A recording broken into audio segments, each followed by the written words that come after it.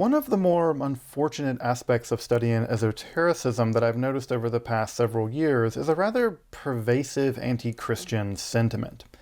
This has always struck me as pretty unfortunate because my reading of thinkers such as Clement of Alexandria, Justin Martyr, Origen, okay, he kind of got de-orthodoxed, or folks like Athanasius, along with the medieval scholastics, has cemented, for me at least, the breathtaking genius of these figures and the intellectual and spiritual grandeur Christianity is in fact capable of. Of course, for those interested in esotericism though, such an anti-Christian bias isn't terribly surprising, even if it is, at least in my opinion, not honestly intellectually defensible. Yes, the church has historically used violence to suppress dissent. It has been and continues to be a hotbed of reaction, but a good dose of that attitude is actually just early modern Protestant propaganda still coloring people's perceptions of the medieval church. Further, I think people especially interested in esotericism, especially esoteric spiritual practices, they've just honestly been deeply harmed, even traumatized by Christianity. And in order to achieve psychological escape velocity, they might jettison both what is honestly insidious, but also what's honestly worthwhile about Christian spiritual and intellectual history. From me, at least, I kind of get it from both sides on the channel. I'm accused on the one hand of exhibiting a constant anti-Christian bias, and on the other hand, I'm actually accused of defending the monster that was the medieval church. By the way, I see that kind of attack as a sign that I might actually be doing something right. There is no simple narrative about Christian history, especially through the medieval period, that does any actual history justice. The church was both the church of corruption, torture, and power politics, but also the church of enormous scientific advancement, astounding intellectual achievements, and profound mystical spirituality.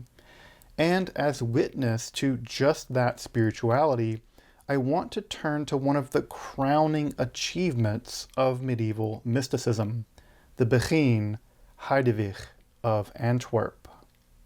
One of the greatest stylists of vernacular poetry and prose in the Middle Ages, Hadewijch would bequeath to history a startling mystical corpus of poetry, letters, and visions in which she forwarded a radical mysticism where the ontology of love is the theater for the union of the abyss of the soul into the selfsame abyss of the divine. A form of absolutely embodied Trinitarianism in which to know the divine Christ, one must become Christ in his abject humanity, or even the love of God must ultimately be transformed into a profound unfaith to seduce the divine abyss of love into the ultimate dissolution, into the eternal void of love itself. Largely unknown for nearly 800 years, Hadewijch's works, which survive basically complete, have only become available in the last century. Thus, we have the unique blessing to have access to them to enrich our appreciation of the role of women in the medieval world, the mystical spirituality of our own theology, and the esoteric dimensions of Christianity. If you're interested in mysticism, the history of esoteric spirituality, and the academic study of alchemy, Kabbalah, and the occult, make sure to subscribe. Check out my other content and topics in esotericism as well. Also, if you want to support my work of providing accessible, scholarly, and free content on topics like this in esotericism here on YouTube for free, I'd hope you consider supporting my work on Patreon, or perhaps with a one-time donation. You can find those links below, and your support of the channel makes this entire project possible. I really appreciate it, and thank you. Also, I'd like to turn my attention and give a shout out to my colleague and friend Zevi over at Seekers of Unity. He's going to be starting an entire series on the history of the concept of mysticism, and I'd like to give you a little peek from Zevi now.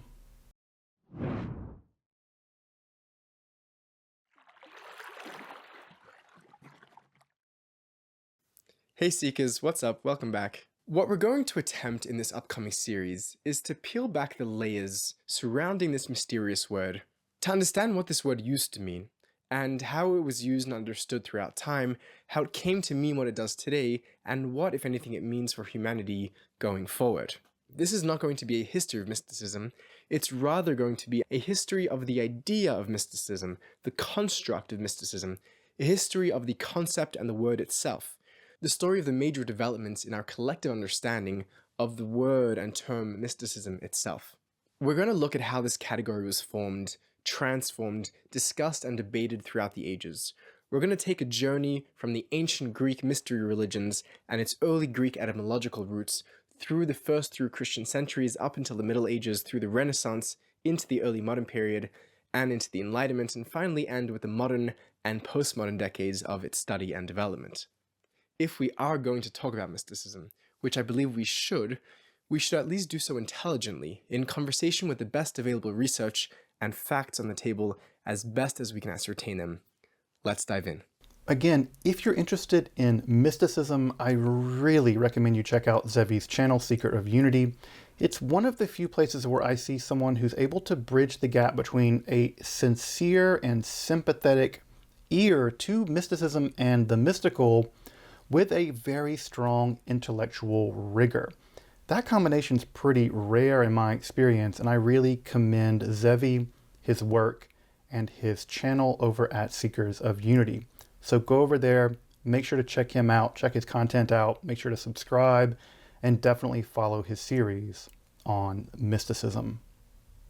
But now I hope you'll join me as we turn to the great 13th century master of mystical Christian spirituality, the Beguine Hadewijch of Brabant or Antwerp, whose impact can be felt from modern cloisters and meditation retreats to the structure of desire as developed by Jacques Lacan. I'm Dr. Justin Sledge, and welcome to Esoterica, where we explore the arcane in history, philosophy, and religion.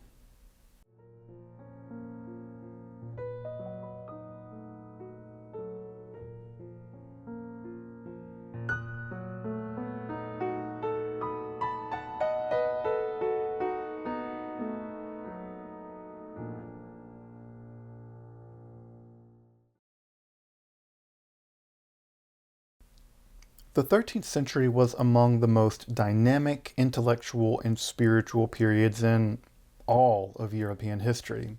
This was the century of the mathematician Fibonacci, the theologian Thomas Aquinas, the saga writer Snorri Sturluson, the scientist Roger Bacon, and the composer of the Zohar and originator of the Kabbalah, Moshe de Leon and his circle, among so many others. This was also a century marked by intense spiritual revival, reform, and upheaval. This was the period of the Albigensian Crusades against the Cathars, the movement of the Free Spirit, and the rise of a new, intense lay spirituality, principally led by women who were called themselves Beguines. And it's in the world of the Beguines that we find Hadewijch. The name Beguine remains mysterious to this day, and several conflicting and often pejorative origins have been given for the history of the term. What we know is that the movement began to flourish in the early 13th century in the Low Countries, what is now Belgium and the Netherlands. Here, women, inspired by the call of the revivalist Vita Apostolica, the desire to live in simplicity and religious devotion like the early followers of Jesus as described over in the book of Acts, began to form communities of mutual aid to facilitate a life of devotion, service to the community, and economic independence. It's important to note here that the Beguines were not specifically nuns. They imposed vows upon themselves for their communal living and could leave, for instance, to marry or join an enclosed community. they could become a nun. But they weren't part of those official established orders.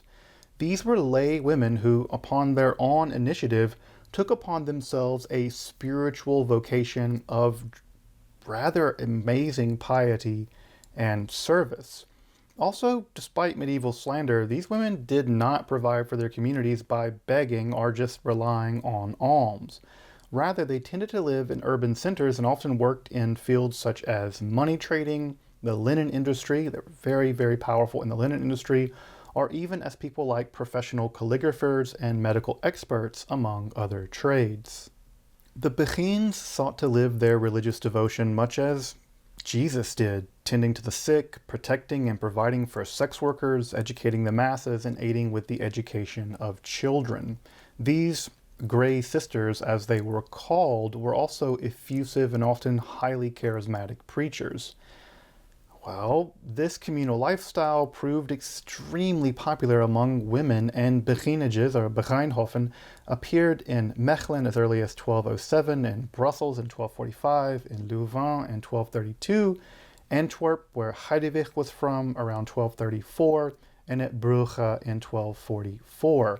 From here, the movement spread to France, Spain, Germany, and Italy, and local names for these communities and the women therein came into being.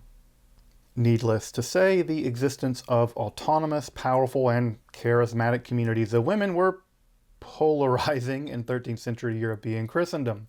Some nobles, clerics, and bishops met the movement with open arms and enthusiasm, while others reviled them as uncouth, loose women, or heretics to be suppressed. And indeed, some Beguines were arrested, tortured, found guilty of heresy, and executed.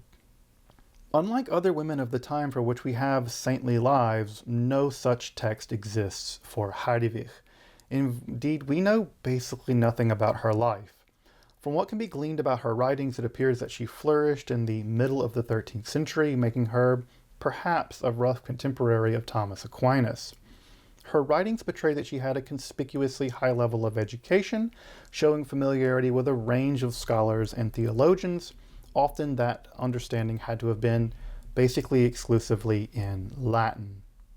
Further, her poetic style reveals her familiarity with the courtly love poetry of the time, and this probably reveals her relatively upper-class origins.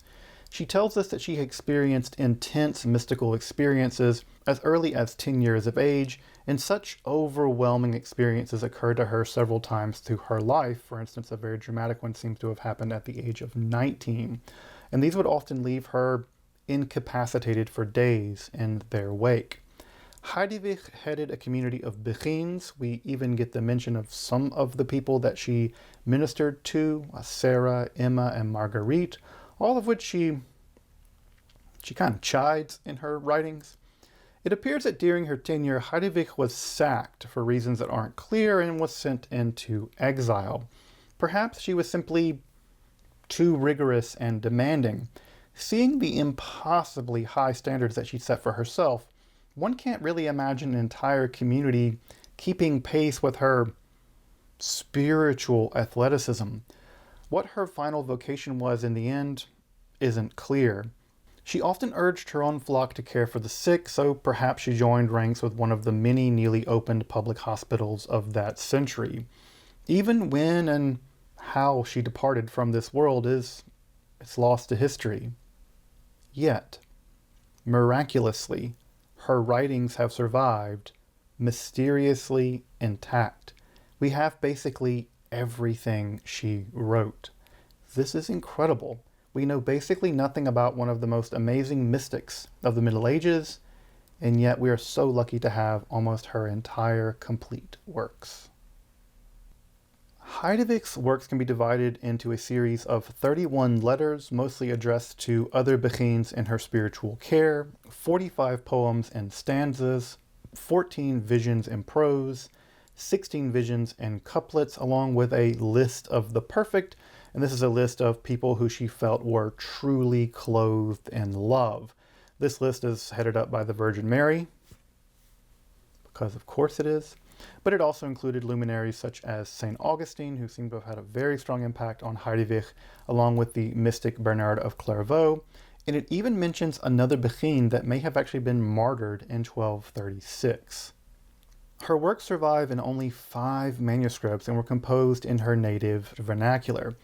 At some point in the 14th century, her letters, or at least some of them, were translated into Middle High German, where she actually gets known there as Edelweib, though it may be that her works actually survive primarily through the advocacy of Jan of Ruysbroek, upon whom she had a direct spiritual and intellectual impact. Regardless, there's no official evidence of any persecution of her and her writings. They simply slipped into historical obscurity until their discovery and publication beginning in the 19th and 20th centuries. Modern Dutch editions appeared through the mid-20th century, and her complete works appeared in English only in 1980. Thus, we're only at the very beginning of seeing the impact of Hadewijch's mysticism onto contemporary spirituality. Indeed, I only came to know about her in my Christian mysticism class in graduate school in Amsterdam, and I have to say, that class is one I look back on with a great deal of fondness. Hadewijch's mystical experiences and theology have 3 interlocking themes: the ontology and phenomenology of minna, or love, the abyssal unity of the soul with the divine, and the embodied experience of the Trinity, especially through what she calls living Christ in his divinity and in his humanity. Now, part of the difficulty of approaching Hadewijch is how powerfully resistant her work is to summary. Now, that's a general problem with mystics, but this is especially true of Hadewijch because of how systematic and highly curated her works actually are. It's very clear that Hadewijch carefully structured her writing in order to conform to medieval Christian numerological symbolism, some of which we understand, however, but much of which remains obscure to us now. In fact, she may have been self-consciously mirroring the scripture itself in her apocalyptic visions, theologically infused poetry, and pedagogical epistles, making herself as something like a combination of both St. Paul and St. John, like the Apocalypse St. John. And speaking of St. John, it's actually from his pen that we find the fundamental element of Hadewijch's spiritual ontology: minna, or love. The core of Hadewijch's mysticism is her radical insistence on the fundamental reality of love, or minna. Relying on the New Testament concept that God is love, Hadewijch creates a kind of syllogism that if God is love and God is the ground of being, then love must also be the most fundamental ontological register. She writes in letter 25, "De minna is al," love is everything. Thus, minna is both the fundamental structure of reality, but also the fundamental experience of reality as such. It both truly presents itself to us as real, it's the only thing that is, but it's also the only true response that we can have to that reality. Love is reality, and if we want to experience it, we can only experience it through love. Love just is what is, and can be our only true response to it. Everything outside of love is just an illusion for Hadewijch. Thus, the experience of minna also runs the full phenomenological gamut, from being the gentle embrace of care to the utterly insane torrent which conquers one only to allow one to conquer it. This all-pervading reality of minna, or love, is best captured in her lines: "O love, where I love, and with love, love to love you, O love, for love gives that love which love fully recognizes as love." Like I was saying, folks, it's just all love. She's not kidding about this love business. The Beguine is perhaps her most systematic in her phenomenological analysis of minna, or love, and the paths of love that one may go about to reach the divine. She tells us that love has 7 distinct modes or names and 2 distinct ontological registers in which it functions in reality and through which we experience it. The first is as the bond which binds all of reality together, but also clarifies our being outside of love, thus ensuring our deep, even anguished insanity for the experience of reality as pure love. Thus we crave to consume love in order to become consumed by love, mirroring the Eucharistic mysticism, pretty common in Christianity, whereby the consumption of Christ is more deeply a consumption by Christ, thus enveloped in his love as one consumes his body and blood. Light, as a kind of enlightened reason, is the second name for love. This reason, a kind of mystical, philosophical rationalism, is the linking of the intellect as love through an understanding of the love between the lover and the Godhead. This is where love and philosophy become purified. Love is just purifying the process of philosophy. Rising through the rationalistic world of philosophy, the third name of love is live coal, and this captures the maddening paradox of love as both set afire, but also a kind of constantly becoming extinguished, just as the coal burns all the while, diminishing itself as fuel. Plunger deeper still, the next name of love or minna is fire itself, where all contradictions are dissolved into a ontological conflagration of reason, love, and madness. The next register of love proves more mysterious yet. The next name of minna is dew, whereby the fire is extinguished in the first act of metaphysical intimacy between the soul of the lover, and divine love occurs in the sacred kiss of love.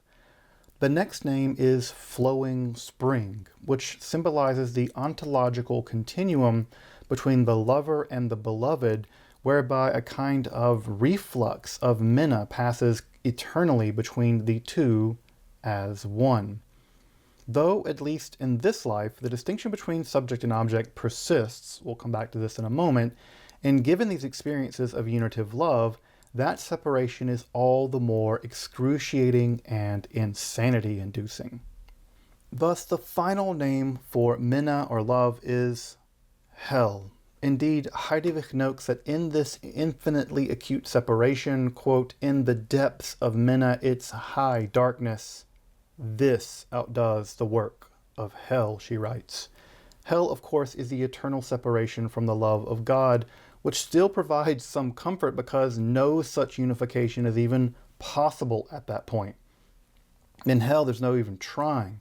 Note that in this final hellish moments closest to love, one finds oneself back at the first moment of separation, thus infinitely repeating the plunge into love, always condemned to never quite arrive.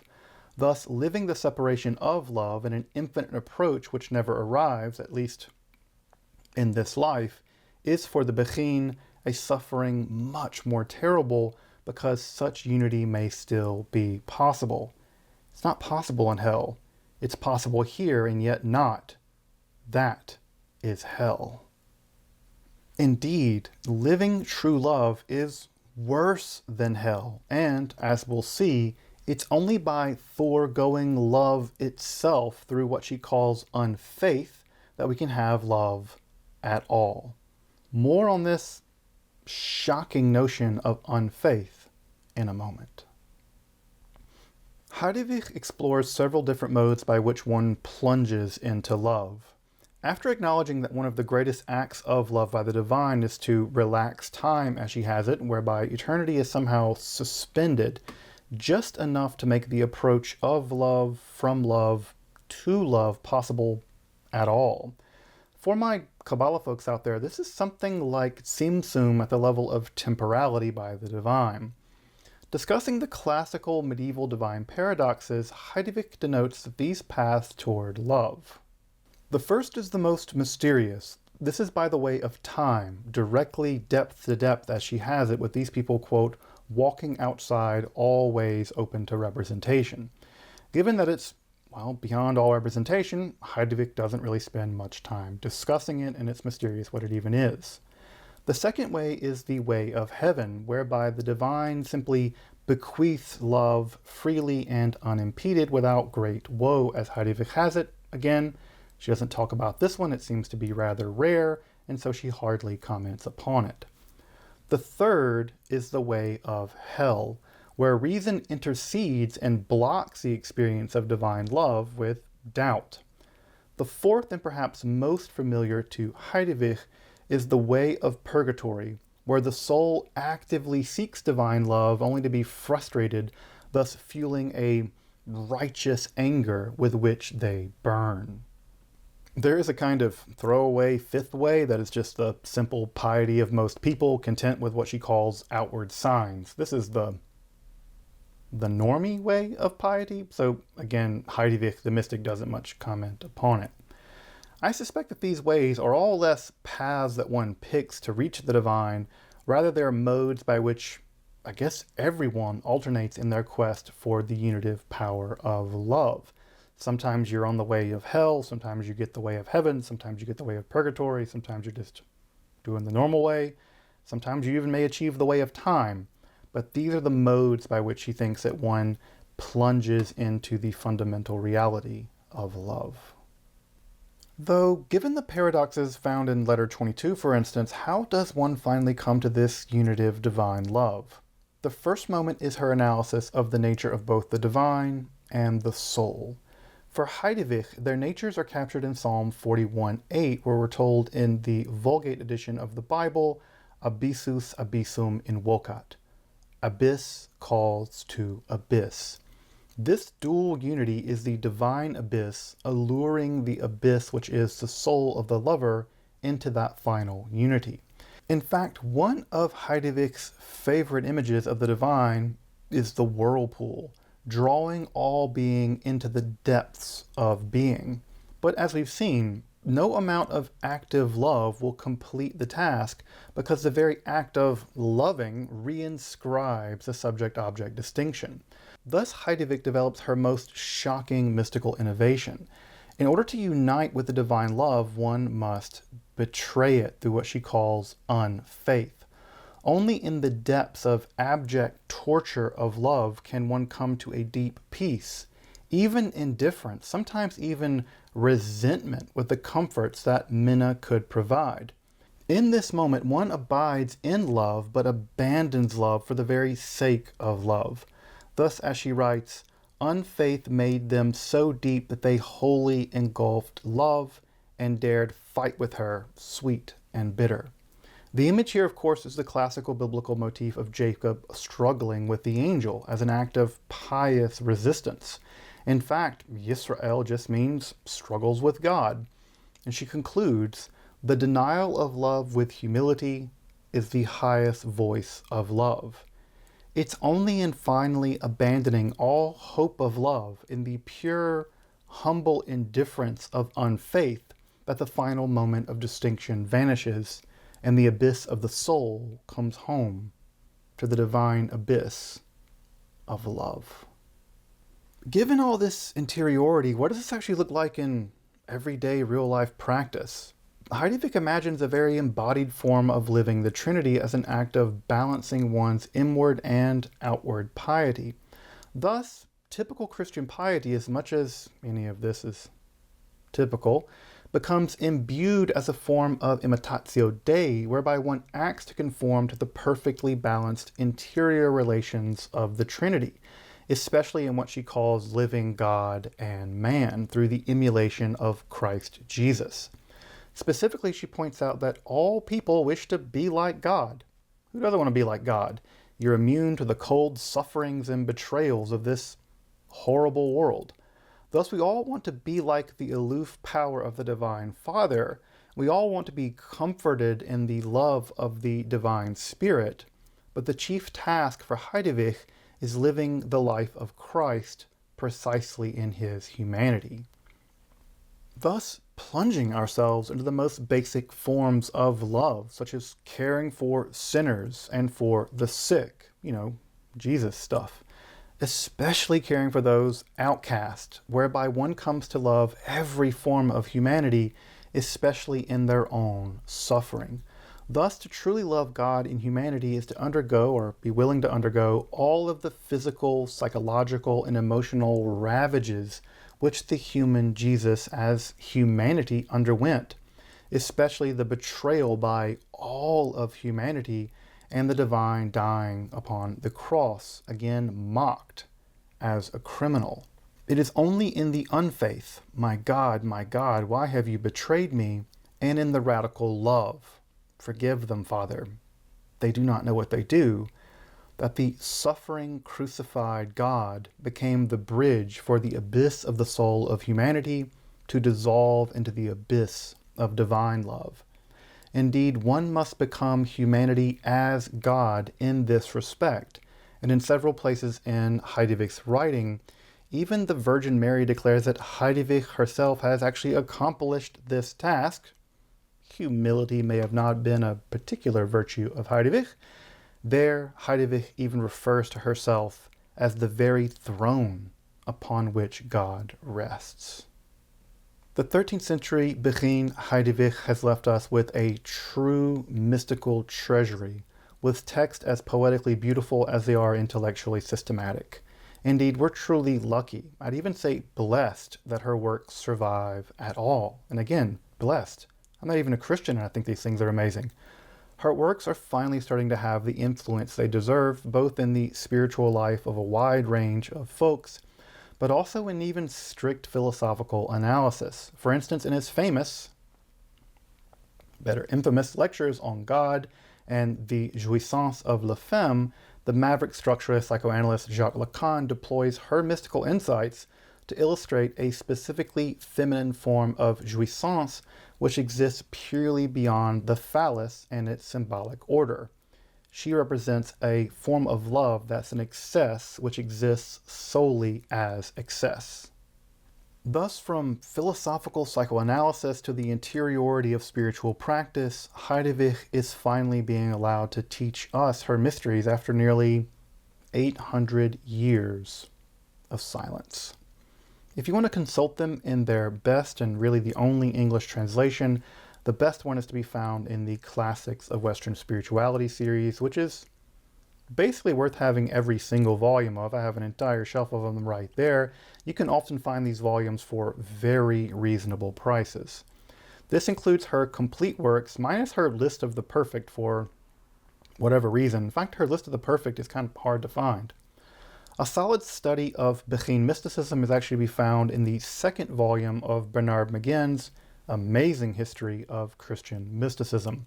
That volume is The Flowering of Mysticism, and it covers several different Beguines, both women who are enclosed, but also women who are just sort of doing the Beguine life at this time. It's well worth having. I have to say that this episode's positively indebted to McGinn's analysis. Also, you can find a very solid monograph on Hadewijch and Hadewijch, Writer, Beguine, and Love Mystic by P. Momers, which can be had relatively inexpensively. If you just want a short, accessible introduction to the Beguines more generally, Laura Swan's The Wisdom of the Beguines is perfect. She covers the whole movement in a very popular style, along with the various mystics that I've actually covered in another episode on the Beguines. You can check that episode out if you like. You could read this whole book in like an afternoon, and it's really, really wonderful. Finally, if you just want the one collection of essential Christian mysticism, which I recommend everyone have, I would pick up a volume by that name, The Essential Writings of Christian Mysticism, again edited by McGinn for the Modern Classics Library, though I think that only contains one selection from Hadewijch. Until next time, I'm Dr. Justin Sledge, and thank you for watching Esoterica, where we explore the arcane in history, philosophy, and religion.